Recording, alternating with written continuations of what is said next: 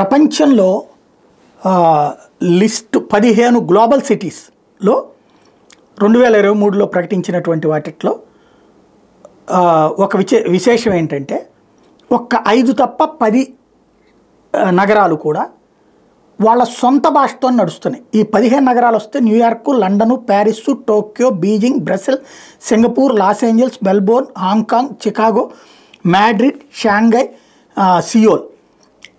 దీంతో పాటుగా ఇంకొక నగరం కూడా ఏదో ఉంది. మొత్తం 15 నగరాలు ఇక్కడ టోటల్గా చూపించారు. ఈ 15 నగరాల్లో వచ్చేటప్పటికి గ్లోబల్ సిటీస్ ఇండెక్స్ ర్యాంకింగ్ 2023లో ఈ లిస్ట్లో ఉంది. ఇందులో ఒక్క 5 నగరాలు తప్ప మొత్తం 15 నగరాల్లో ఇంగ్లీషేతర దేశాలకు చెందినవి. అంటే ఇప్పుడు ఫర్ ఎగ్జాంపుల్ న్యూయార్క్, లండన్ వాళ్ళ సొంత భాష, మాతృభాష. అదే టోక్యో వచ్చేటప్పుడు జపనీస్ భాష అక్కడ ఉంటుంది. బీజింగ్ అంటే చైనీస్ భాష ఉంటుంది. ఇట్లా లెక్కలు వేసుకుంటే అనేక దేశాలు సొంత భాషలోనే మాట్లాడుకుంటారు.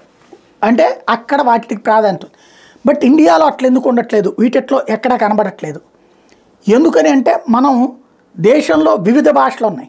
ఇక్కడ ఒక్కొక్క దేశానికి ఒక భాష ఉంటుంది. చైనా భాష, మాండరిన్ భాష, అటు జపనీస్ భాష. ఇట్లా మన దేశంలోనేమో 80 భాషలకు పైగా ఉన్నాయి. ఇందువలన మనం కంపల్సరీగా ఇంగ్లీష్ నేర్చుకోవాల్సి వస్తుంది. ఇంగ్లీష్ కనుక నేర్చుకోకపోతే మనం ఒక రాష్ట్రం నుంచి ఇంకో రాష్ట్రానికి వెళ్ళినప్పుడు కూడా మాట్లాడడం కష్టమవుతుంది.